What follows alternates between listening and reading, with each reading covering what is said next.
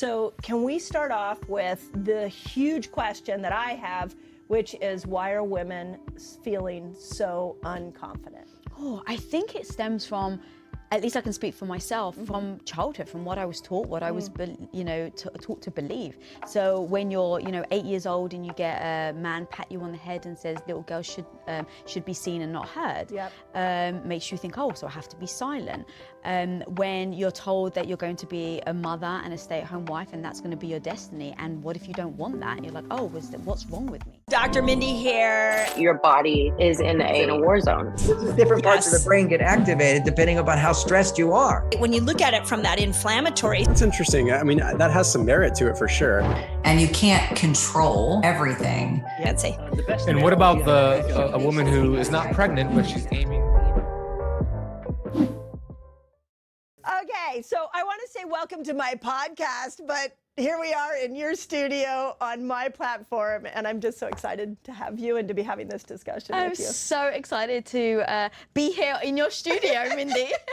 No, but seriously, being on your show, I'm so excited. Yeah, thank you. And I think the topic of what we're going to unpack over the next hour is not only critically important for women, but we've never talked about it on the Resetter podcast. And I feel like for women, confidence and saying you don't feel confident in your life is like that a cultural hush moment. Like it's like a sign of weakness to say we don't feel confident. It's even difficult for us to admit it to our own brain. So can we start off with the huge question that I have, which is why are women feeling so unconfident? Oh, I think it stems from, at least I can speak for myself, from childhood, from what I was taught, what I was, taught to believe. So when you're, 8 years old and you get a man pat you on the head and says little girls should be seen and not heard, makes you think, oh, so I have to be silent. When you're told that you're going to be a mother and a stay-at-home wife and that's going to be your destiny, and what if you don't want that? You're like, oh, what's wrong with me? And so it's the belief system, I think, that we have, and then our actions then dictate that. So as you get into adulthood, now you haven't taken those chances because you're supposed to be seen and not heard. You haven't been bold because people have shunned you or told you to be quiet. And so then you act in accordance because you want to fit in. And in fitting in the temporary moment, you feel good. You feel good about fitting in to the crowd or the Very true. everyone around you.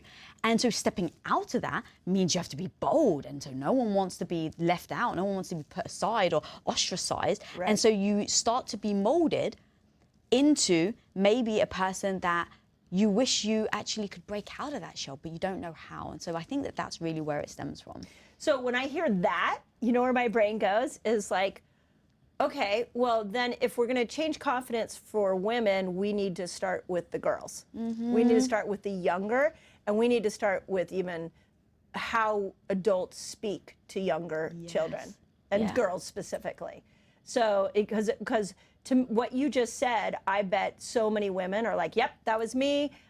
Now, I grew up in the 70s where there was so many politically incorrect things going on here in LA in the 70s. I mean, it was girls do this, boys do this, girls can't do this. I was raised by a mom who grew up in the 50s, which was a very kind of Puritan time of life. So those of us that are 50 and beyond, we're coming from that childhood. So if we look at why so many women are feeling unconfident, and somebody listening to this hears what you just said and said, yep, that was me, that was my childhood, but now I'm 50, now I'm 60, and I have to figure out how to unwind that. How do we help that woman? How do we, when we realize that the messaging we've been given fucked our brain up in our self-image, how do we begin to unwind it? I think it starts with, what is it that you want confidence in? Because confidence isn't an end goal, right? It's like, how much you talk about health. It's like, well, what if you're really hangry? It's like, you're going to act out of alignment with who you want to be, but you still act out of alignment. So when it comes to confidence, instead of worrying about, I want to be confident, what does that even mean? Like, what are you going to focus on? What's that thing? What is that North Star that you're trying to get to? Because confidence actually ends up being the byproduct of taking action. Oh. So if you say, for instance, I was just telling you this before, I went to a doctor, they told me that I had PCOS. And then she looks at my chart and she's like, oh, but you don't want kids. Oh, you're fine then. Now, once upon a time, I would have just stayed silent. I would have taken that doctor's advice as fact and I wouldn't have said anything. But what I realized was, what I wanted confidence is to take my health seriously. I wanted to own my own outcome of where I was going with my health. Yep. And so once I realized in order to do that, I had to stand up for myself. I had to speak up when something didn't sound good. Now I know where I'm trying to get to. And over time, when I do these stepping stones, the next time the doctor says something doesn't quite align or dismisses you, Lisa, or the doctor, isn't taking you seriously, what are you going to say? Yep. What are you going to say the next time? And once you learn that, once you practice it, over time, you become competent. Once you become competent, the confidence then comes. But what I was saying about the hangry thing is sometimes you don't feel confident. And so even when you practice it, even when you have all the skill sets and the tools, there are going to be moments that you don't feel it, and it's okay. Because that will ebb and flow. They will depend on your hormones. It will depend on how you show up and what your goal is and how you're trying to get there. And so I think the first thing is identify what you're trying to get confidence in. And you know what I just heard in that? Is confidence is congruency with yourself. Yes. So did you end up speaking up to that doctor in that moment? I said, I'm sorry, but just because I don't want children doesn't mean that my body doesn't matter. Yep. And so I just got up and I walked out and I then tried to find another doctor. Like I just had to then find that next step, because if I didn't have the confidence to do that, I would have been like, oh, okay, I guess my body doesn't matter then. Right. So again, that was a gem, and I want to make sure nobody loses what you just said. Every single time we are in a situation that we feel like we are either being gaslit or marginalized or not treated right, and we don't stand up for ourselves, in that moment we are weakening our confidence in ourselves. Is that what I just heard? Absolutely. And so then it becomes, what steps are you going to take on that path to the confidence? Okay, so the next time the doctor goes to gaslight me, what am I going to say? Because when you don't feel confident, it's easy to say, oh, just stand up for yourself. But when you're in it, you don't know how to stand up for yourself. So I am such an advocate for having scripts in certain situations, because my emotions can take over. Right? I could feel badly about myself, and then I could feel the shame. I could feel, well, maybe the doctor does know more than me. It's like, no, in those moments when I'm about to go to a doctor, if they gaslight me, what am I going to say?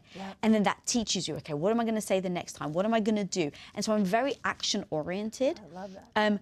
But I try to write my action steps before I get into the situation, because again, when you don't feel confident, just telling someone to be confident in speaking up won't help. Yeah.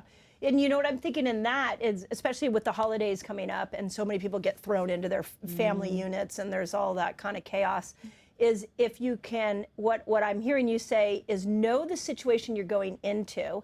If you know where you're going to be gaslit or marginalized, have a plan before you get in there so that you can finally stand up for yourself. And when you do, I'm also wondering, is when you come out of that, there needs to be an honoring of yourself as well of like, hey, I finally stood up to that situation. I finally stood up to that family member or that doctor or that person. And then realizing that standing up for yourself added to your confidence. 1,000%. And so what I would do in that family situation, I would just replay past experiences. So I was like, okay, I'm going to dinner. I know my dad's going to say X, Y, and Z. I know my mum or whoever. And you just write it as a script. And you're like, what happened the last time that you felt like you had to be shut down, that someone stepped on you, that you were dismissed? Okay, write that script out. Now, right next to it, what you would say and do differently.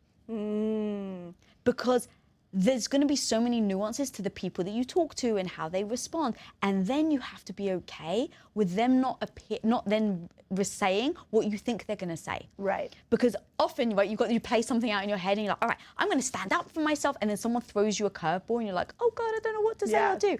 So I will have an action plan. So it's like, okay, if my mum says this, I'm going to say this to her. If she then repeats it, I'm going to repeat this. And if she doesn't do that, I'm going to get up and, very kindly dismiss myself from the table. Like actually get write out it out. Of the energy of it. Yeah. And if that even means, and I don't advocate for lying, Mindy, I don't. Right. But The second it comes to my health and my mindset, I actually would if I had to. So the situation, let's say, people are being cruel to you at dinner, or they're picking like, oh, look at you being all healthy over there, right? And it upsets you, however you respond. What am I going to do in that situation? Lisa, if you don't have words to defend yourself, and maybe I don't want to create animosity at Christmas. Yeah. Okay, so if it starts to escalate, Lisa, what are you going to do? Yeah. I may say, my plan is, I'm going to say, oh my God, I've got a really upset stomach. I'm so sorry, I have to excuse myself. Or I just have to pee. Whatever that excuse is that has to get you out of that room, if that's what you have to do to preserve your mindset, to preserve that confidence that you're trying to build, do it. That brings up a really interesting thought, which is the environment that we put ourselves in is going to dictate our confidence. And if we put ourselves in toxic environments, and whether it is the family Christmas dinner or a work environment, and we can continue to go in there and not stand up for ourselves, then we continue to weaken our own confidence. So the environment is massively important, is what I heard in that. Yeah, the environment and then who you are around. Who's around you, I should say, because if you're, let's say, with, like if it was me and you, right, and we were out in place, like both of me and you think very similarly about food, about health, about how, lifestyle mindset. Yep. So now imagine it's me and you, and then there's one other person there that doesn't have a positive mindset. I think me and you would be able to sound super freaking strong in our abilities. Yeah. I know I would be able to. We'd walk away. We would, yeah, exactly. And we'd be like, see ya, we're out. Exactly. Yeah. But now imagine I'm the only person with a growth mindset that wants to do better and take my health seriously and build my confidence. And now I go to see my family, because your family especially brings you back to your childhood. They still see you. So I'm the much. youngest child. So you can imagine they're like, oh, little Lisa, what does she know? Oh, so much. And so in that environment, I may have to dress differently. And what I mean is, what are the clothes that I can wear to give me the confidence to walk into that room with my family? I may need to use different vocabulary, because if I say to my dad, I wish you had a growth mindset, because then you would understand. He'd be like, what the hell's a growth mindset? So I'd have to adopt a different vocabulary to use to them versus somebody else that I'm working with that maybe has a growth mindset or knows what I do for a living. Yeah. So everything is context. Who are you around? Where are you?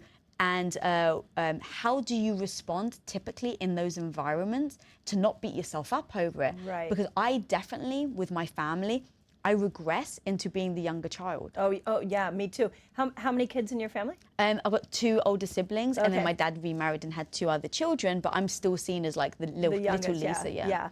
It's so interesting. I'm the youngest too, and it is when we all get together, it's like everybody goes back into their roles, and it's everybody in the family. I'm like, okay, wait, my parents are in their 80s. My sister's 2 years older than me. It's like, what?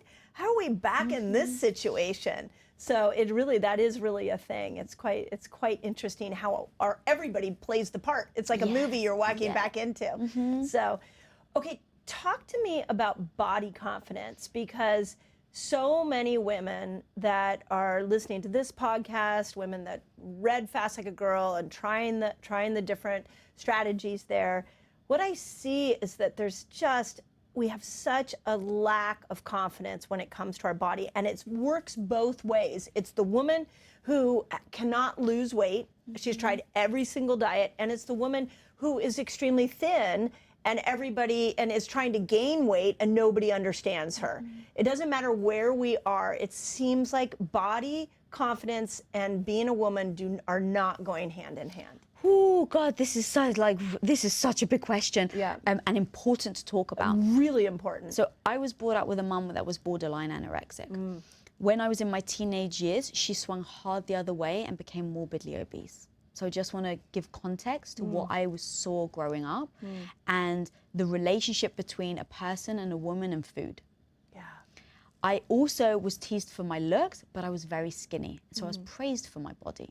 And then I got to 16 and developed, and then all of a sudden I had the same people that saying, oh my God, you're so lucky you're skinny, then we're turning around and be like, oh, you better be careful, you're putting on weight.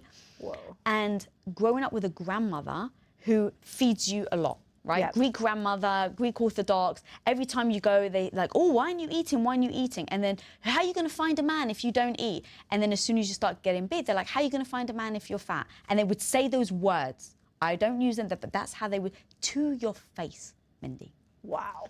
So just to give context of then, not a surprise, I had body dysmorphia issues. Yeah. I would look in the mirror and I would always criticize myself. Yeah. And what I realized is that mindset of dismissing your body, of not recognizing your body, of not appreciating your body, led to very bad health outcomes. And that was because I cut out fat. I cut out carbs. I was like, I would need to be as skinny as possible because that's how I'm going to get accepted. Now, what I found in my own life is once I started to focus on other things other than my body, my mindset, my business acumen, my how to be a beautiful wife, how to be an amazing sister, all of these other things started to then pivot where I was focusing on my on my body, and then it allowed me to feel good in other areas. Once I started to feel good in other areas, like building a business, like being an amazing wife, I started to lessen the focus of my body. Oh my gosh, I call that going in the side door. You go in through to health from a different direction. So again, that was a truth that I want to make sure nobody misses. You found confidence in other areas of your life that you were able to bring back to your body. Yes, because once I started to realize, I can build a business and actually bring value to people. I can create a protein bar that actually saves lives. Like I had an anorexic woman that reached out to us in the early days of Quest Nutrition. And she said, you've saved my life. Because I never thought I would be okay with calories. And you've creating this bar has now made me okay with calories, and I've been able to gain some weight. So when you really see things like that, where you can actually impact somebody from doing business, right? I was like, well, how can I sit here and just be disgusted with my own body when I can actually achieve things that help people? Right. So it's refocusing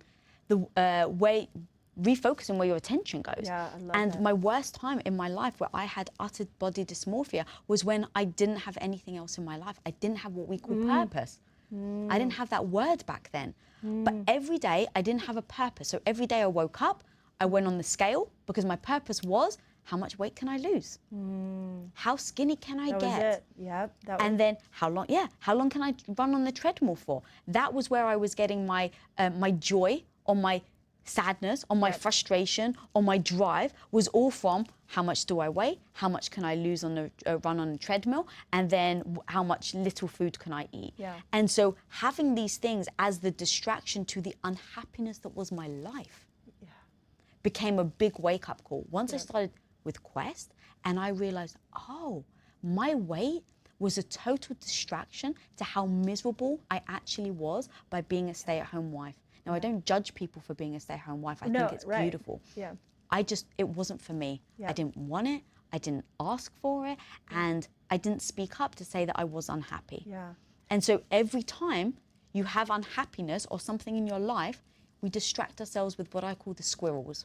Like The what? The squirrels, like the dog squirrels? chase the squirrel. Yeah, I love so it. it's like, it's a distraction. So I found that my distractions from my profound unhappiness of being a stay-at-home wife was my weight, was looking at myself in the mirror, was criticizing my body, because it gave me a purpose to get up in the morning. Yeah. So, okay, I want to unpack purpose for a second. Please. Because when many of the women listening to this are like in their late 40s, early 50s, and their purpose is dramatically shifted. That is an age group where kids have grown up, maybe some women are going back into careers. And I hear this a lot in my friend group, I hear it in our membership group, where it's like they don't know what their purpose is. And it's kind of a big thing to figure out your purpose. Like, you don't just sit down one day and be like, okay, today's task, I'm gonna figure out what my purpose is. Yeah.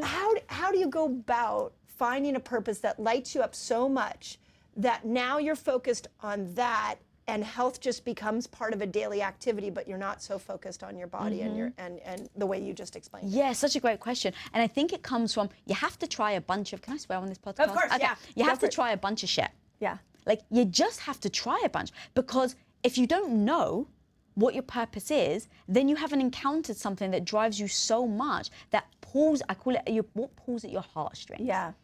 And if you don't already know, it means you haven't tried the vast amount of things to then figure it out. Yeah. So in my life, once I started to realize, I figured out shipping for this protein bar, but it was helping people save lives oh, that feels really good. Yeah. But you couldn't have told me ahead of time that making a protein bar would actually be part of my purpose. So you have to try things and then you just take inventory. So try 10 things. So you can sit there and go, what are the things I've always been interested to do? Travel, start a business, volunteer, right? Like just write a list. And then every day or once a week or once a month, try it. Yep. And say, how do you feel when you tried it? Oh, and like, I'm almost thinking you could like rate yourself, like Yes. on 0 to 10, like I Yes. tried this and did it light me up? Yes. And you're looking for like the thing that you did that just lit you up. Is that a Yes. 10? Is that a 1? Where is it? Try a bunch of different things, and you're going to hit one that's close to a 10. Exactly. So once you found that, what Yeah. I then call is that becomes like part of your mission. Right? Purpose and mission kind of go together. Yeah. So that becomes your mission. But now how do you actually look at a mission and then, I like to think in business terms, execute on that mission? And so for me, it was, I realized there's a, what's it called? A method to figuring out your mission. So it's your who, your what, and your why. Yep. If you can figure out those 3 things that align with the thing that you just tried that you really loved, now you can go all in and you can start working on your purpose. Yep. So the who, what, the why. For me, it was to create content because I went to film school. I love content creation. So that's my what. The who, it's 14-year-old girls. Why? Because I felt badly about myself when I was 14. Ooh. So now I've come up with a mission statement, because I think everyone should have a mission statement for themselves. Like we do in a not for the business. company, for no, yourself. for yourself. Do you mind sharing your No, mission not at statement? all. It's to create content that impacts 14-year-old girls so they can build confidence, because I never had any. Oh, that was so good. And succinct, that I can repeat it at any point. Because when I feel badly about myself, when I don't have the confidence, when my hormones are all over the place, when I feel like crap, when I've interacted with somebody that's made me feel badly about myself, what do I go back to? My freaking North Star. Yeah. I have to be so clear on my North Star. And so now, if you start succeeding, or if you start doing really well on your mission, you may have other opportunities. But sometimes other people have that problem. I don't know which way to go. There's so many amazing things to do. I don't know which way to choose. If you have a mission statement, you know exactly where. You know how. smart. If it's not content, if it's not going to help 14-year-old girls, and if it doesn't, and it align with my why, I'm not going to do it. That is, of all the goal setting and all the business classes I've taken over the years, I've never thought of a personal mission statement. I have my company mission statement, but I've never thought of like just my mission statement for me. And in your mission statement, if I break it apart a bit, and because again, I don't want people to miss the power of the subtleties of some of the things you're saying, is the service aspect. And so your mission is built around serving somebody you used to be. I heard this recently, like the greatest joy will come when you go and help the person that you used to be. I'm like, oh my gosh, that lights me up. But I think what happens to us in life, and I think this is where we weaken confidence now after chatting with you, is that we think it's going to be the car, we think it's going to be the house, we think it's going to be the job title, the salary amount, we think it's going to be all of that, and then we get those things and we still feel really crummy inside. But if your North Star is, I want to serve a certain person, or I want to serve humanity, now not only do you have supernatural energy, but you have supernatural confidence. Yeah, I love that. That's so cool. It was actually, I think it's a Mother Teresa quote that said, not everybody will fight for the masses, but everyone will fight for the one. So who's the one that you wake up to fighting for every day? I wake up every day fighting for the 14-year-old Lisa. When we were doing Quest, I was fighting for my overweight mother that couldn't find happiness in food and in, being able to enjoy her life. So, because you're always going to face adversity, no matter what you try. Yep. And so in those moments of adversity, who are you going to think about? Right. Because Yes. for instance, with Quest, I didn't have the confidence. I didn't know what I was doing. My husband was already a seasoned entrepreneur. His 2 business partners were already seasoned entrepreneurs. And here I was, I'd been a housewife for 8 years. I had 0 business experience. So I'm showing up every day very insecure. There were so many moments where I had to face myself. I had to face my insecurities. I had to face the things, my emotions that I didn't feel good enough. But what got me through was reminding myself, okay, Lisa, right now, you can stop. It's very valid. You can stop because you don't know, or you can fight for your mum. See, it's funny, you know, I do this, and I never realized what I did until I'm listening to you now. I had a patient, and I write about her in every single book. Her name was Lanny, and she showed up in my office at 40 years old, and she had just been given a breast cancer diagnosis, and no symptoms, went into her for a routine mammogram, came out with a diagnosis of metastatic breast cancer. 3 months after, being told that, she was having a mastectomy, she was in chemo, she was radiation. And ironically, she shows up in my office waiting room there for me to help her daughter who has asthma. She's literally showed up because she wanted nutrition and detox advice for her daughter that had asthma. And I'm looking at her and I'm thinking, okay, wait, her bald, and I'm like, but wait, what's going on with you? So long story short, what ended up happening is they gave her 3 months to live, and we worked on her lifestyle, and she turned it into 11 years. Wow! She lasted 11 years.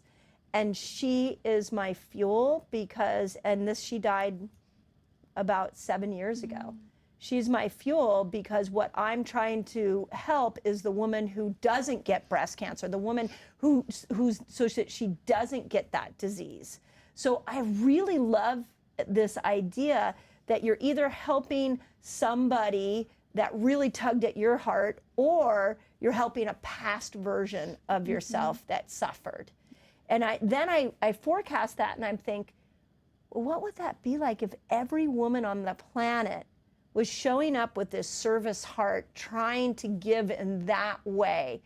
What would happen to a woman's confidence? As a culture, what would happen to our confidence? I think we would all have the confidence and also we wouldn't feel like if we didn't have the confidence that it dictated who we were as a person. Because again, I think that if you don't have the confidence in a certain area, you think, oh, well, I'm not as good as Mindy. Look how good she is. And now you're diminishing yourself. Right. That's going to be detrimental to how you show up the next day. Right. But if you don't necessarily seek confidence, but you seek trying to improve, you seek trying to help that one person that maybe you've got in your mind, the confidence, like I said earlier, becomes a byproduct of everything that you've just done. Yep. But for me, because I don't prioritize confidence as the end goal, I prioritize the goal itself, I then happen to have the confidence as a result. Yep. But in those moments where I have the insecurity, where I don't feel good about myself, where I'm like, oh my God, I'm sitting in this boardroom and here are these amazing guys who have been in business for so long. Yeah. And Lisa, you feel terrible about yourself. Okay, well, what's my priority? Okay, Lisa, just call yourself on it. You don't feel good, but you want to save your mum. Which one's more important? Yes. Like, actually, I call myself on it, Mindy. Yep. Like, which one's more important? Yep. Feeling insecure and staying there, or helping my mum? When I am that blatant with myself, whether you call it ego, insecurity, whatever, when I'm that blatant, I go, never, ever, ever does my ego ever come first over my mission. Yes. Because I just put it that blatantly. And then I move forward, even though I have the insecurity, and then as a result, I have the confidence. That's amazing. I've done a little similar trick in my brain when I get negativity or criticism thrown at me.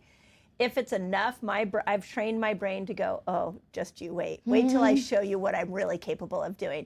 You know it from being on social media. You're going to get all kinds of crazy things sent your way. And when there's days that a lot of craziness comes, I always just look and I go, just you wait. Wait till you see what I can accomplish. And it's a beautiful way to pull yourself out of that self-deprecating moment that can come when criticism, whether you're seeing it on socials or you're seeing it at work, or maybe a spouse is telling you, it's a beautiful way to have like a mantra that kind of pulls you in a different direction. Yeah. So talk a little bit. I think one of the things that I see with women that and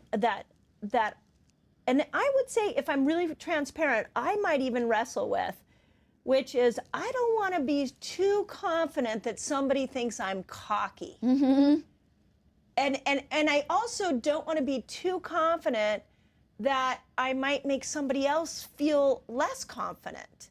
How do we rectify those situations? Because I think as women, I don't think men think like that, personally. No, not at all. I love this question.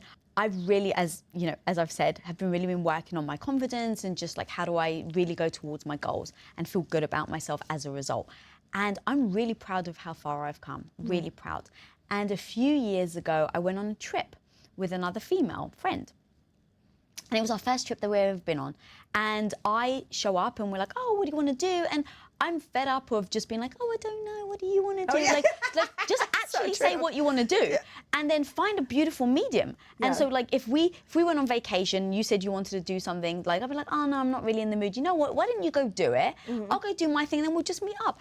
And in that interaction, over time, like on the second day, she like got triggered. And I didn't realize it. And she turned to me and she's like, you're really intimidating. And I was like, what? I was shocked. And I was like, what do you mean? She's like, well, you just say what you want. And, you know, if I feel like I have to do it. And I was like, oh, no. And so I was like, let's talk about it. Me saying what I want doesn't mean that I'm diminishing what you want. Me saying what I want is hoping to give you the power to then say what you want so that we can then either come to a compromise or we just go our separate ways and then we join each other in the evening. Wow. But I don't want to diminish me saying what I want to make you comfortable. Yes. So let's talk about it. Maybe I'm using language that's triggering you. What's the language that I'm using? And so I'm just very open, especially when it's with a friend, to just discuss let's put it all on the table. Yeah. Like, why am I triggering you? What have I said? And then maybe I need to look at how my language that I used. And maybe I was being arrogant in this moment. Okay, well, next time I'm going to do better. Yep. I'm not perfect. Yep. And so I try to go in to be confident with myself, not diminish another woman, because I think that's where the cockiness comes, where people feel like you're diminishing them in order to get confidence. Right. But I'm not. I'm just trying to be myself in my own confidence. I'm trying to be respectful for the other person and then accept that absolutely your confidence may trigger somebody else. And that isn't on you. But what is on you is to assess whether their assessment of you is correct or not. Yep. Do you know, I had a situation recently. I was in Ibiza with a bunch of women for a menopause retreat. I was hosting or leading. In Ibiza, nice. Yeah, I know, right? Thank you. It was really nice. And anyways, there was this group of women. They were so beautiful, and every woman in there was massively successful, and it was so collaborative and wonderful. And one day, this woman came up to me. We were doing all these hikes, and she said, I have to be really transparent with you. And she was like, I didn't like you. When we first got here 2 days ago, I didn't like you. And I was like, I'd never had a woman come up to me and say that so boldly. And I was like, oh my gosh, thank you. Like, can you tell me why? Like, and she goes, no, it has nothing to do with you. I just realized that when you shared your mission for women, it triggered in me that I wasn't doing enough. And so I projected that onto you as it was something I didn't like about you. But when I sat with it for 24 hours, I realized it was actually more to do with me. And I just want to say thank you to you, because me not liking you 2 days ago actually helped me understand what I needed to work on and how I could improve. And I was like, that is the most beautiful interaction with another woman that I've ever had, in just full transparency. But when we look culturally at how women interact together, we don't interact like that. We do exactly what you said, where we hold stuff to ourselves, and then maybe we'll go bitch about it with other women. We'll be like, oh my God, do you remember last night when we were out and so said such and such? So we don't even go right to the person and try to address it. And we don't seem to have a self-awareness that when something bothers us, that is our button that was pushed. Just like this beautiful woman that came to me and said it was her button. And then I felt so bonded to that woman by the time we left because of her vulnerability to do that.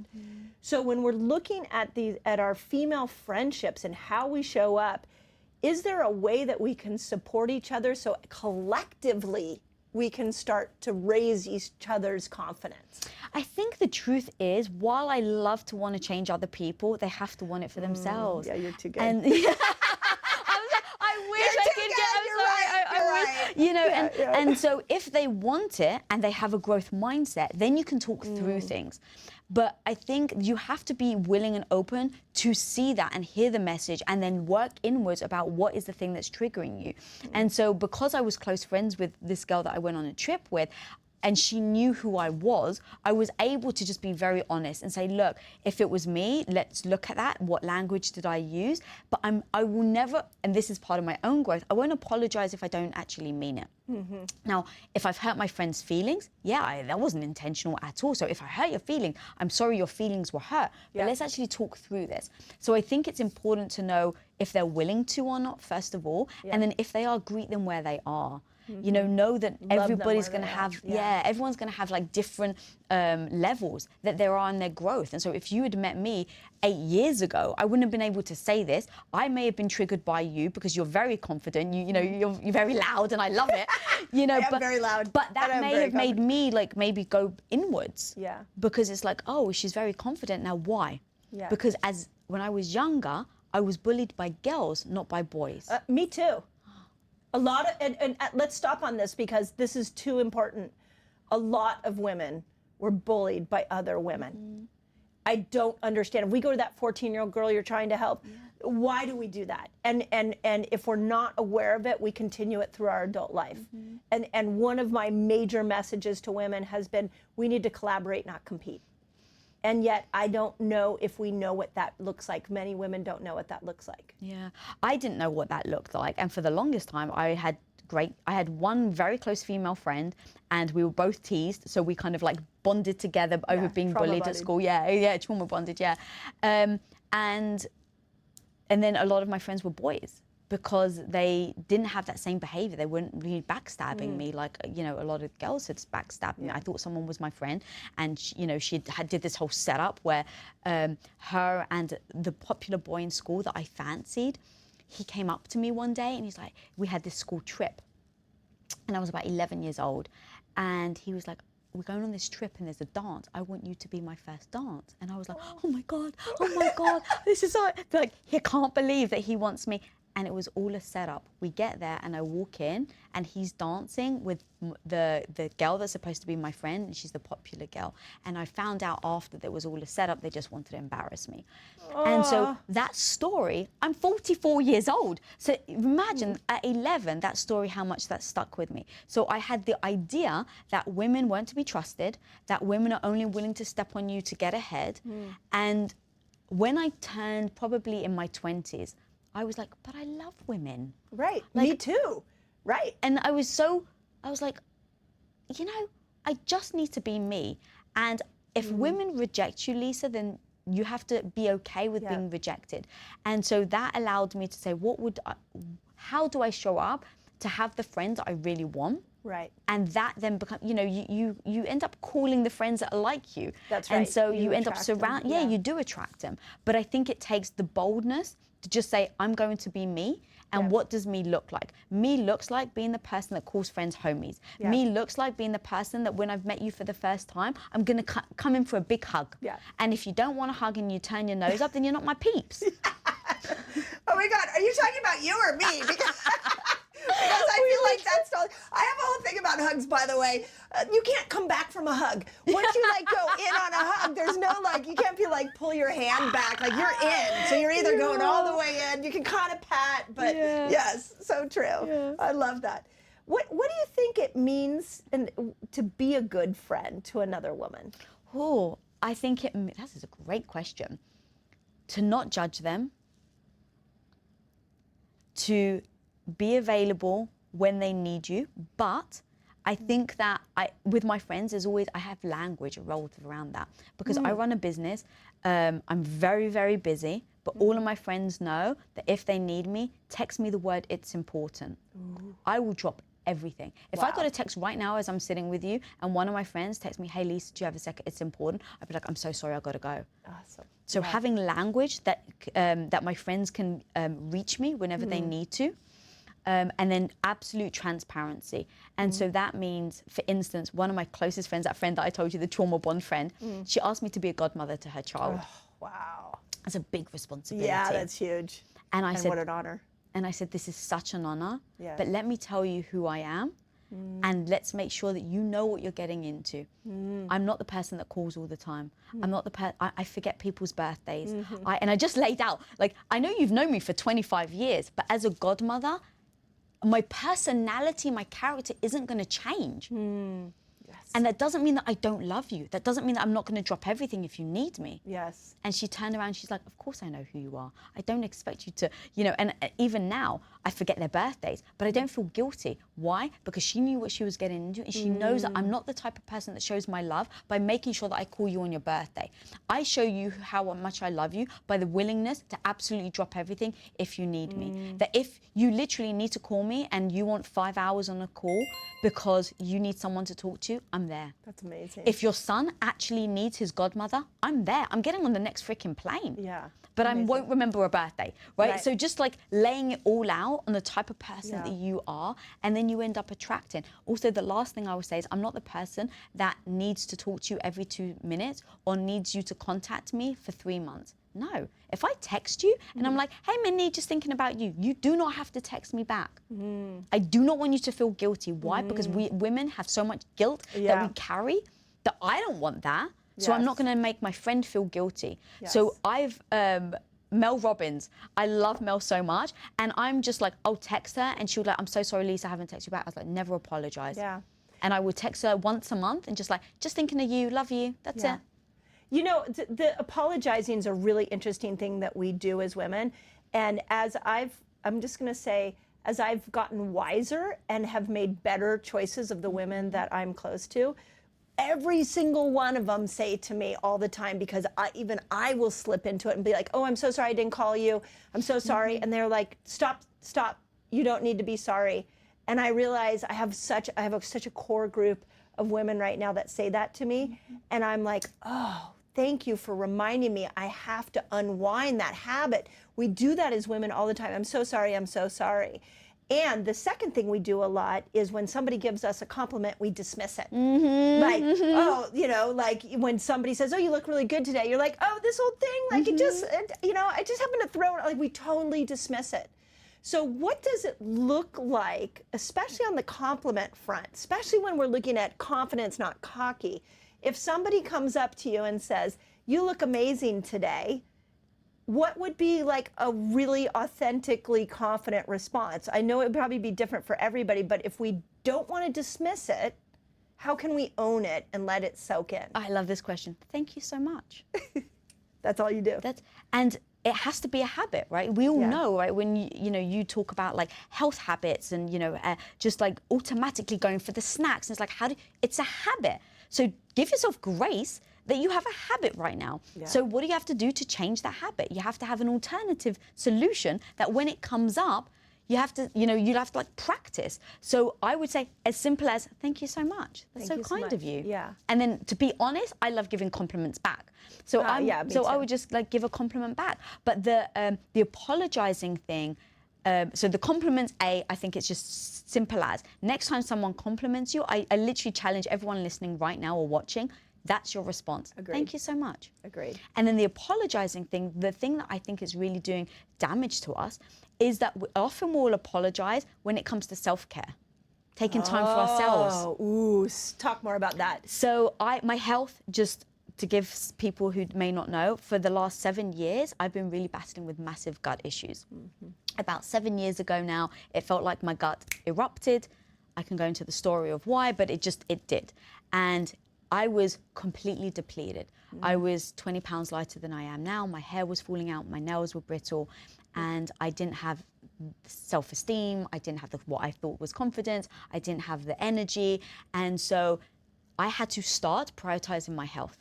But I had the mindset of, oh, your health's the last thing, your self-care's the last thing. Lisa, serve everybody else. Build quest, be there for your husband, be a great daughter, but don't take time for yourself. So once I had hit rock bottom, I realized I had to start prioritizing it. So that meant I had to put things in place that allowed me to prioritize it. So first of all, it was, I like to go to bed at 9 o'clock. And so if someone's having a party, and it's obviously not their birthday, because I'll try and go to someone's birthday, but even then, if I felt depleted, the immediate thing we would do is like, I'm so sorry I can't come. Right. But what's that actually doing to our psyche? It's telling your body and it's telling yourself that somebody else's priority over your self-care just by apologizing. That's what you're training yourself to think. Okay, so what would you say instead? I would say, I really hope you have a wonderful time. I'm not going to be able to come, but I really hope you have a wonderful time. So this is exactly what I'm trying to get everybody to do, all the women to do in the nurture phase, like we talked about on your podcast, is that I believe in these moments, and that was just an example of like where you weren't feeling good and you were prioritizing your health. But what if we created a culture where women did this the week before their period, and like again, it was like, oh, this is why you called it the nurture phase. I was like, I had this vision of like women going, not tonight, I'm in the nurture phase. Yeah. And all other women would know, and what that would mean is she was nurturing herself. And instead, what do we do as women when we're like, oh, do you want to come out with us tonight? And you're like, no, I don't want to go out. Then all of a sudden women are like, yeah, come on. Yeah. Why? You should. Yeah. But like when you actually break it down that perhaps it's self-care for that person, and maybe they're doing something so important for their emotional and physical health that's going to make them an even better human a couple days later, like you start looking at it completely different. 1,000%. And I love having that language around it. Yeah. But I think also it's about putting the boundaries. Yeah. And so where are you letting people step on your self-care? Because it is your responsibility to take care of yourself. That's right. And so for me, I realized, oh, okay, I'd stopped drawing. So I love drawing. Yeah, I saw your drawings. They're gorgeous. Thank you. So I love doing it. I'd stopped for 10 years because I was building a business and I was showing up for everybody else except for myself. So in my repairing of my gut, I started to look at what all the self-care things that I love doing that I stopped doing, and then how do I start implementing it into my lifestyle and then creating boundaries around it. So I decided every Saturday morning and every Sunday morning I'm going to draw. Now, the problem is, I'm sure you have it in today's society, you get texts, you get calls, then you get the habit formation of picking up your phone. Yeah. So I said, okay, I'm just going to switch my phone off. Now, what I did is I told the people around me. I said to my team, to my family, to my mum, to my dad, to my brothers, my sisters, I said, just so you know, from now on, my phone's going to be off Saturday and Sundays, so you won't be able to reach me. And then, of course, you get like, oh, but what if we need to? And it's like, okay, let's walk through these scenarios. Yeah. You live in England. If you need me emergency, it's going to take me like 24 hours to get there. Ooh, good point. So I can't like get there immediately. Second of all, call Tom. Right. Text Tom. There you and go. then as I start to tell my team, you're not going to be able to reach me on the weekends, people started, yeah, but what if there's an emergency and we don't have Tom's number? If you don't have Tom's number, then you're not close enough to me to warrant me disturbing my self-care time. Woo! That was so good. Now you can tell I've practiced that line. Yes. I've practiced it because I didn't have the confidence to say it. So I wrote that down. What are you going to say, Lisa, the next time someone says this? Okay, I'm going to say this. And I just repeated it. And I repeated it. And I repeated it to the point where now people respect it so much because I wasn't wavering. My phone was off. And I wasn't wavering. So what ended up happening was because I wasn't wavering on it, people now respect it. And now if I text someone on a Saturday, they'd be like, Lisa, what the hell are you doing? Why aren't you drawing? Oh my gosh, I love that. What do you think, the self-care piece, I want to unpack that for a moment because women don't give themselves enough self-care. And I'll tell you, I just went to Europe for 3 weeks, and knowing that I was every day, it was working every day. I was in interviews, speaking at conferences. I mean, it was a full-on 3-week experience. And so going into it, I was like, I gotta be mentally and healthy, really balanced. I'm not going into 3 weeks already depleted. So I amped up my self-care, and at the end of 1 week, I was like, yeah, I think I did 15 hours of self-care this week. And when I calculated that up, I was like, wow, like I'm really proud of myself. Like I prioritized 15 hours of self-care this week. Look at that. And it made me feel almost as good knowing that I'd committed to myself that many hours in a week than the actual action of doing it. Yes. Again, what we do as women is we put everybody else's needs first, and we don't prioritize self-care. We don't take care of ourselves, oftentimes because we think if everybody else is happy, I'll be happy. And we don't realize that year by year by year, confidence is starting to go down, our health is starting to go down, and life takes a dramatic change that way. talk to me about self-care. Like, and you, you know, you might have a bigger vision than what I have on that, but is that a necessary ingredient to confidence? Oh, 1,000%. 1,000%. Because going back to the silly example I gave the other earlier was you get hangry just if you don't eat. So now imagine you don't take care of your body, you don't take care of your mind. Yep. How are you going to show up every day? Yep. Of course you're going to be grumpy, depleted, tired, annoyed, triggered, unhappy. Like there's just so many things that lead to it. So because my health had crashed, I realized for months and months and months, I don't feel good about myself. I don't feel like I'm a great wife. I can't even cuddle because my gut was so inflamed. Yep. I couldn't stand up for 5 minutes at a time.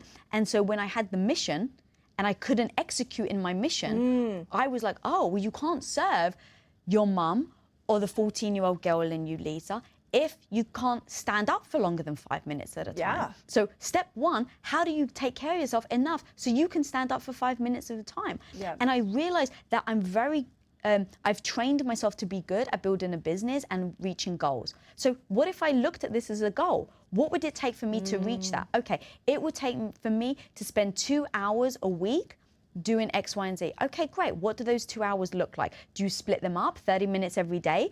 Do you do 2 hours all at once? Do you put it in your schedule? Do you tell, because I naturally, like what you were saying, we want to take care of everybody else. I naturally want to take care of everybody else. But I realized it didn't help. It didn't serve me because now I couldn't take care of people because I couldn't stand up. Yeah.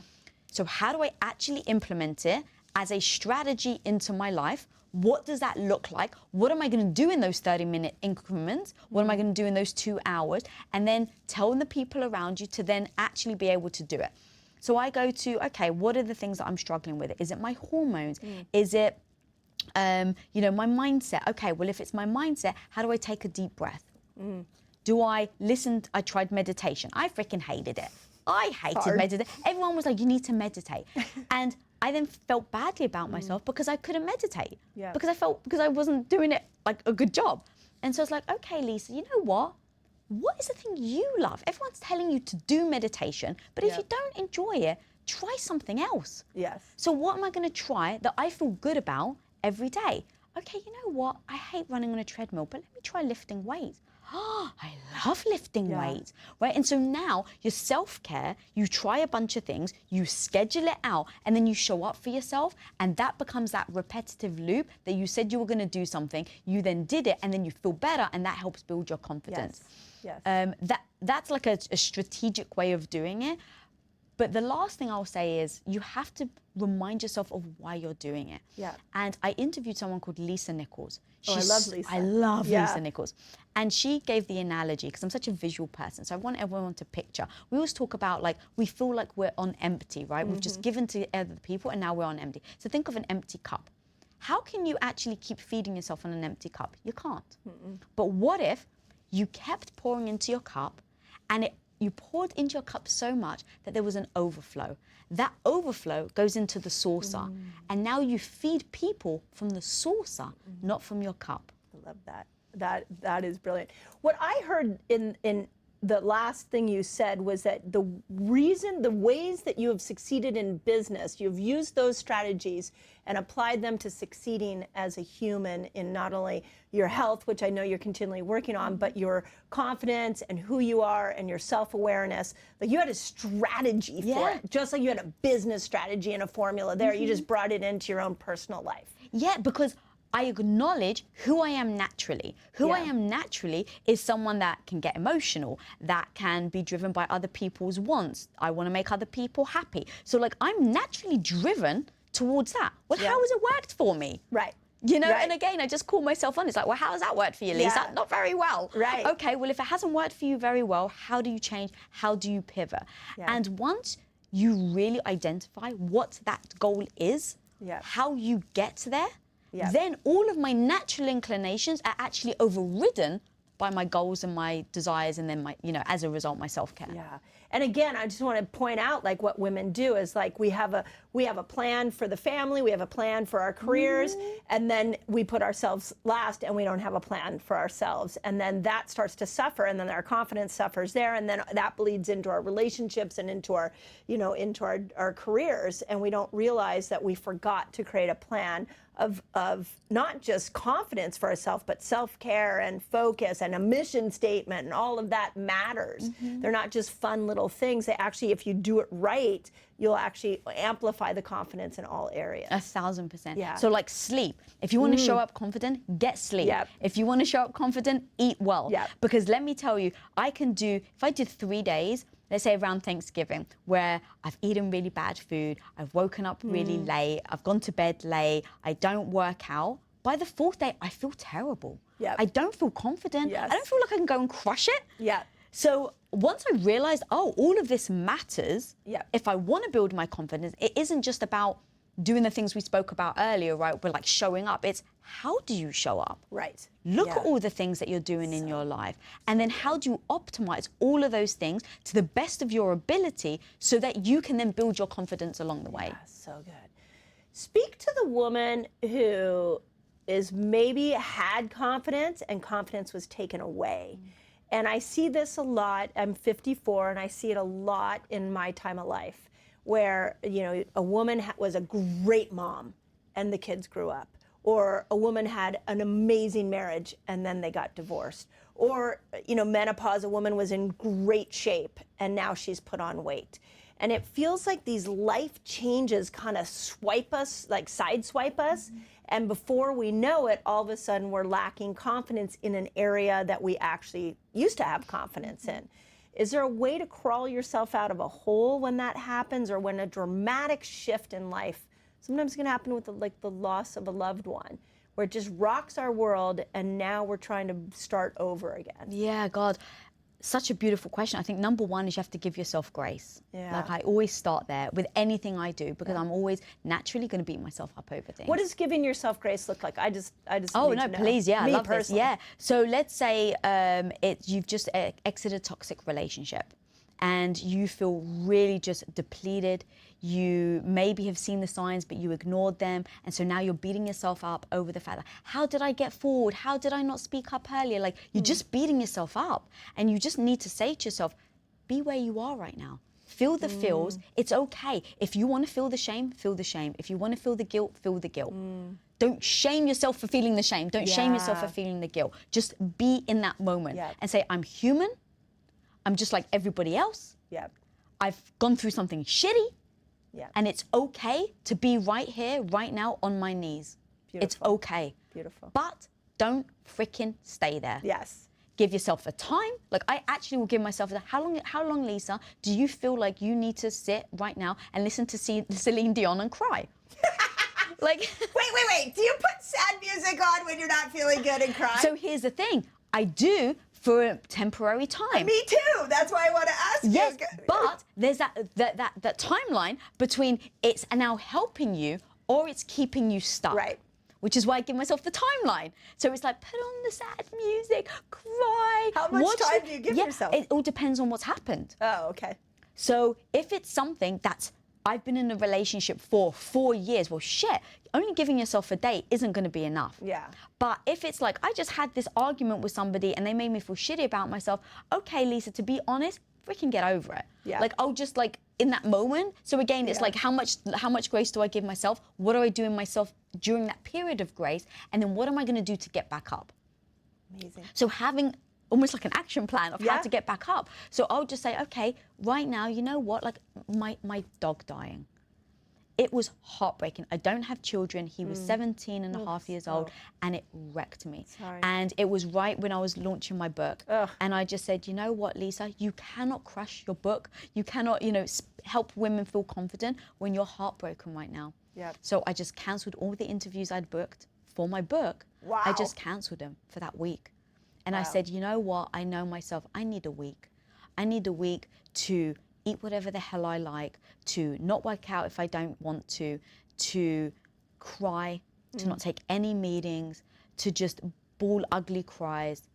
And then after that week, what are you going to do, Lisa? Okay, after that week on the Monday, I'm going to get up and I'm going to work out. Why? Because I know I love to work out. I'm going to get up and I'm going to take that first meeting, just one meeting in that first day. And then the second day, I'm going to take 2 meetings and I'm going to, you know, work out harder. Like, what is that action plan that allows you then to go back into it? But it all starts with giving yourself the time and the grace to feel the feels. Yep. And then staying true that once that time is up, you then do shift out of it. Wow. I love that because I grew up in what I call the lemonade family. Oh, what's that? They are, if you saw my parents are in there, my dad's 87, my mom's 84, and they are like, when anything bad happens, they're like, oh, that was horrible, but look at all this good that came out of it. Yeah.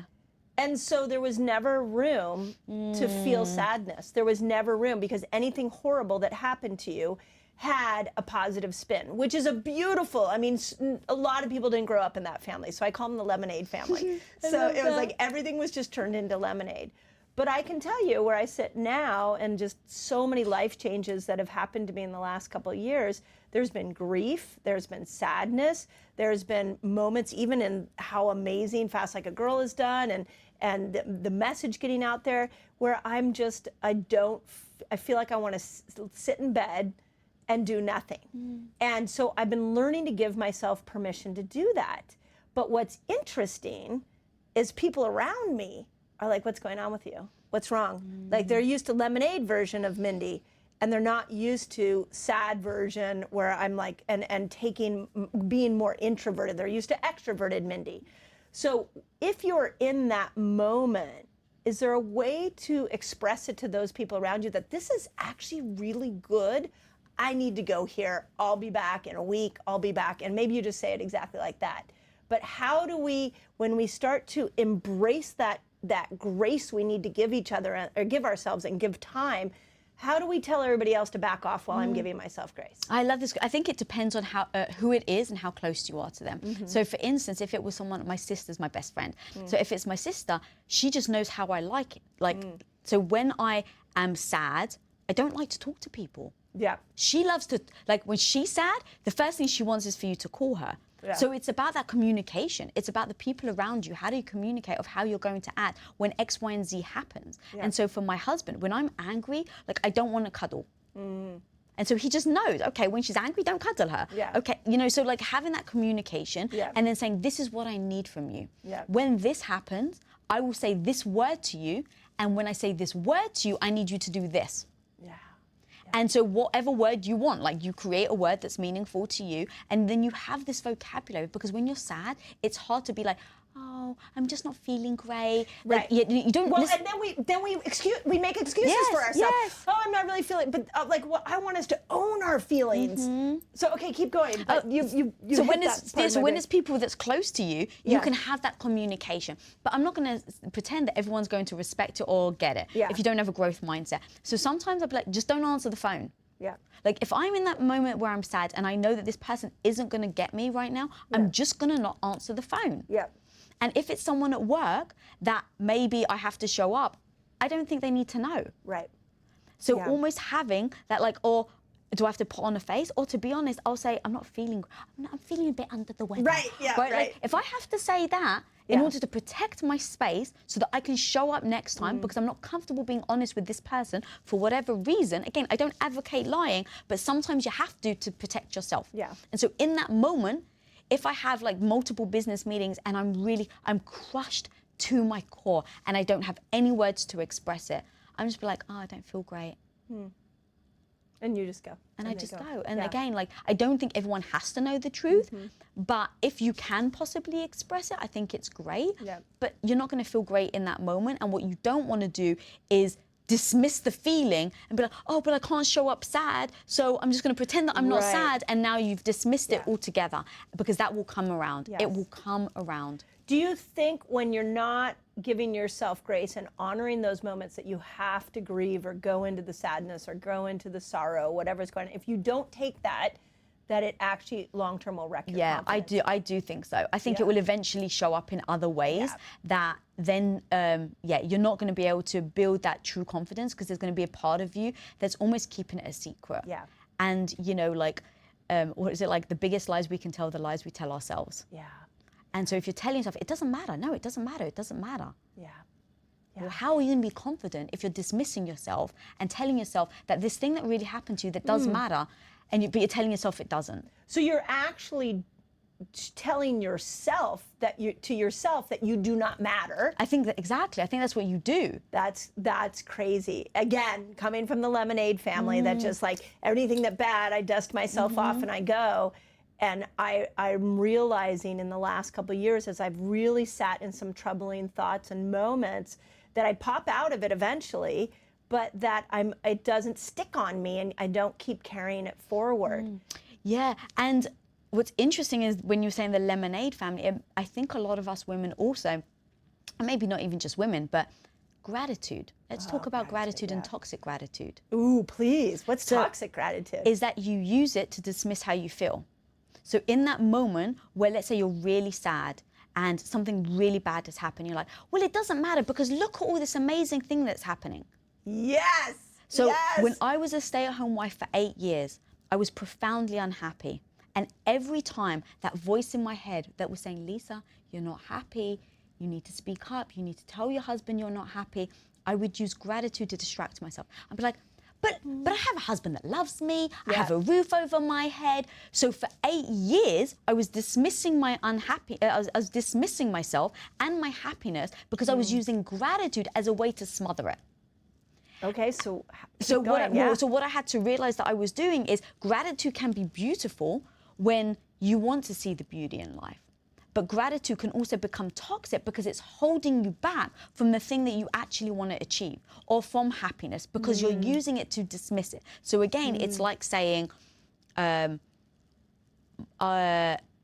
my God, my dog just died. But Lisa, you have a family that love you. Yes, yeah. I'm grateful for my family, yes. But now I'm dismissing the fact that I'm truly freaking sad over the fact that my dog has passed away. Yes. And so I can't feel the sadness if I'm trying to distract myself with gratitude in other areas of my life. Yeah. I think it can become really toxic in holding you back from being honest about how you're actually feeling. Oh, that's so good. And toxic gratitude is rampant. I was actually just talking with my assistant today about a really deep experience I've had in my life, which was a near-death experience. Long story short, but I swam into a pile of Portuguese man-o-war about 17 years ago in Cabo San Lucas, and they wrapped all around me. There was about 10 of them. I went into anaphylactic shock. Oh God! Yeah, I went down the tunnel. I had the life review. I saw the white light, and I came back. And when I came back, my brain was trying to make sense of what had happened. And at the time, my kids were in like first grade and preschool, so they were little. So I came back and I was like, oh my God, they almost lost their mother. Like there was a lot going on. But I was actually really depressed when I came back. And people looked at me crazy. They're like, you're alive. How could you be depressed? And it took me a long time. It actually took me till the last couple of years to unpack what I was feeling. But the fact that people were dismissing me, saying, but you're alive. How could you be depressed? You're here. And what I wanted to say was, that was such a traumatic experience. My human brain doesn't even begin to know how to process it. And I just need time, and I need acknowledgement, and I need people to understand that I need to go into healing. But instead, everybody around dismissed it.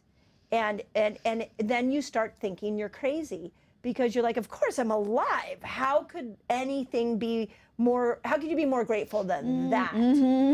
So I even think in how you're talking is that we as women need to also honor when our friends or our family are going into those dark moments and realize that that is necessary for their healing. Would you agree on that? So why were you depressed, if you don't mind unpacking that a little? Yeah, no, it's a really interesting story. In fact, fascinated. it's so funny because I was just talking to my assistant about this, and I was saying that I came back a different person. In what sense? Yeah, I came back a person that was scared that anything could go wrong at any moment. Because I was just swimming in the water, snorkeling, and swam into a pile of Portuguese man-o-war, and my brain translated that into, if you are not prepared, if you are not careful, if you don't overthink every single situation, you could die. And so I came home a hyperactive, overly hyper-vigilant brain, trying to make sure that no crises ever happened, and I've been doing that for 17 years. And in the last year specifically, I've worked on that through therapy and breath work and psychedelics, a lot of different ways of just unpacking that, because it was, and people around me were like, literally like pat me on the back and be like, you're alive, you're good, you're good. And I felt so marginalized. Now imagine something like that happens when you're like 6 years old. Your entire life, you live with with that idea. Yes, yes. You sound like you're speaking from experience. Oh no, I was just, not really. I was just thinking about how, if like just any trauma that you experience when you're younger. Yeah. I just think if you don't address it, and you don't want to cry. Oh, you don't want to cry like a baby, right? Actually, in fact, as you were saying, I was like, what? If you think I'm speaking from experience, I was like, what's my subconscious trying to tell me? Oh. And so the first thing actually that came to mind, in fact, here we go, is, it's funny how you pull things out, you don't realize you're talking. When I was 4 years old, I got salmonella poisoning, and they didn't know what it was back then. And so they rushed me to hospital, and I was put in this glass cubicle at the age of 4. And the only thing that was allowed, in quarantine, and the only thing that was allowed was a metal bed. Wow. Because they didn't know anything. So I remember very vividly this glass room with this metal bed. And next to me, because it was glass, was a boy, and he was probably 10 years old. And he was and we could see each other from the glass. And they're trying to feed me medicine. And I remember crying, and the nurse telling me, don't cry, look at that boy, he's being a good boy. Yeah. Now what's that teaching me? Yeah. That you're not worthy of crying. Yeah. Your emotions aren't worthy. That if I'm in pain, you can't cry. Right. Yeah. So now at the age of 6, I learned that, and then I lead that into my into my adulthood, and then if you don't address those things. Yes, yes. And where I take that thought is, one of the things I've been saying is around women over 40 is, as our brains are changing and adapting to the neurochemical loss that we're experiencing, we walk into our doctor's office and the doctor says, oh, you're depressed, here's an antidepressant. Oh. And to me, just that physical act, even if it is done with good intentions, that physical act is saying, I have something that will shut you up, basically. I have a pill that's going to make it all go away. But if you actually crawl inside the body, what the body is saying is, there's something here to be healed. There's a neurochemical change that's going on inside of you. Let's get curious about it. We talked about that word curious yesterday. Like, how do we get curious about what's going on so we can get to the root cause and fix it? But every time we're given a pill, it's really basically like a muzzle to shut us up and to not feel. Yeah. That curious thing I absolutely love, and I think that can come to so much of our growth in our health, fixing our health. And I think it was me being curious with my own gut health, because I was looking at doctors to fix me. I was literally going to doctor. To your point, I was saying, give me a pill. Yeah. Like, what can I take to fix me? And I was going to all these different types of doctors, and nothing was fixing me. Yeah. And so my curiosity told me, okay, Lisa, you're looking at, how can you try and fix yourself? You're looking at outside of yourself. You're looking at all these doctors trying to fix. But what are you actually doing? You're giving your power away. You're waiting for someone else to fix you. Yes. So how can I actually fix myself? Yeah. Oh, number one, listen to my body. Yes. I wasn't even listening. Yes. I was just listening to the doctors and not to my own, body and what it was trying to scream at me. Yeah. And so being curious, wondering that, how do you, what would that look like? And it's like, oh, listening to my body would mean taking an inventory. So I literally took out a food diary, and for, I don't know how long, maybe I think it was like 3 months, I wrote down every single thing I ate, what time I ate, what my bowel movement was, if I had a bowel movement that day, how I slept, how I felt. And I just started taking, to your point, the curiosity of like, what is this teaching me? Yeah. And I started to see a pattern. Yeah. In that curiosity, in that pattern that I was taking inventory of how I was feeling every day. And I realized every time we had to shoot, I would have massive stomach cramps. Okay, what does that mean? Okay, maybe anxiety. All right, what happens if you eat after the shoot and not before the shoot? And so now my curiosity gave me an action plan to then take ownership over my health. And then what I realized was, I talk about this in my book, it's all my fault. And I say that in the most compassionate way possible. People can use the word, responsibility, but I like the word fault. Now, when I said it's my fault, I mean, how did I actually get here in the first place? How did I have such bad stomach issues? And instead of looking outwards, what did I do? What were the actions that I took? So the doctors were giving me antibiotics. First of all, growing up with a mother that was borderline anorexic, I thought I need to eat as little as possible. So I wasn't having fat, I wasn't having carbs. Okay, that was then triggering me getting sick because 70% of your immune system's carried in your gut. Right. So I was getting sick, I was going to doctors were giving me antibiotics. When they were giving me antibiotics, one time the doctor was like, you know what, I probably shouldn't give you this many. Not once did I ask why. I didn't go do my own research. I just went, oh, okay. If he keeps giving it to me, I'm going to keep taking it. Wow. I didn't take the ownership. I didn't ask Google, what does antibiotics do to your gut? Yeah. I didn't ask, what does reducing your calories do to you? And finally, the doctor didn't force the pill down my throat. Right.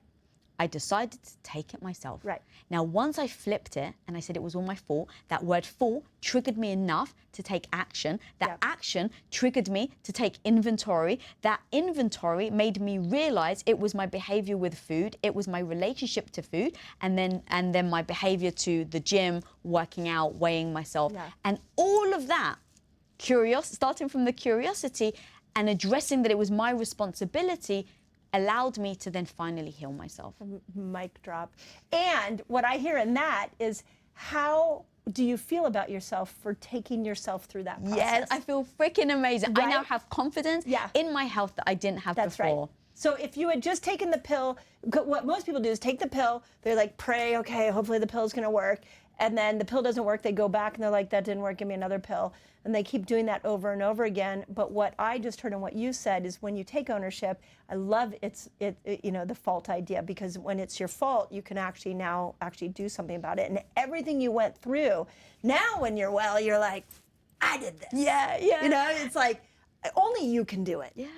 Nobody gets credit for that. Mm-hmm. And someone listening to this right now should be proud of themselves for being brave enough to click on a video or an audio, to then listen to it, to then try and learn from it, to then take action. Yeah. So it becomes these small, little, incremental steps that then build your confidence, right? Step one, they listen to this interview. That's freaking amazing. Before you do anything else, give yourself a damn pat on the back that you said you wanted to take your health seriously, you wanted to build your confidence, and here you are. Yeah. Then what are you going to do next? Yeah. And then that stepping stone becomes literally the building blocks that end up building your house. So good, so good. Again, what are we like now? Like 3-4 hours into chatting with each other, and I'm like, I have so much more I want to say. So before I ask you my final question, where do people find you? By the way, I know where I like to consume you. That's what I'm going to call it. Where I like to consume you on Instagram. Oh, thank you. It's you know why I like to consume you on Instagram is because when you're just kind of scrolling through, and then boom, there's Lisa with some bold statement. And so many times I see that bold statement, I'm like, that is so right. I need that today. You're so good at those bold statements to turn the thought. But anyways, where do people They can go to Instagram at Lisa Bilyue. And then even on my Instagram and my YouTube channel, I really do focus on, every time I post, does it help someone build their confidence? Yeah. And so I have a mantra in my head, mantra, and I've forgotten mantra. One post, building your confidence one step at a time. And then my YouTube is build your confidence one badass guest at a time. And so everything, I'm very intentional, again, going back to the fact that I can get distracted. I can, run away with my emotions. And so I very much am very conscious of how I build that confidence one day. And then who do I put in front, like interviewing you for my show was empowering to me. And so I want to show up in building my own confidence day by day, and then how do I allow that as a pebble in the ocean that creates the ripples that eventually creates the tsunami.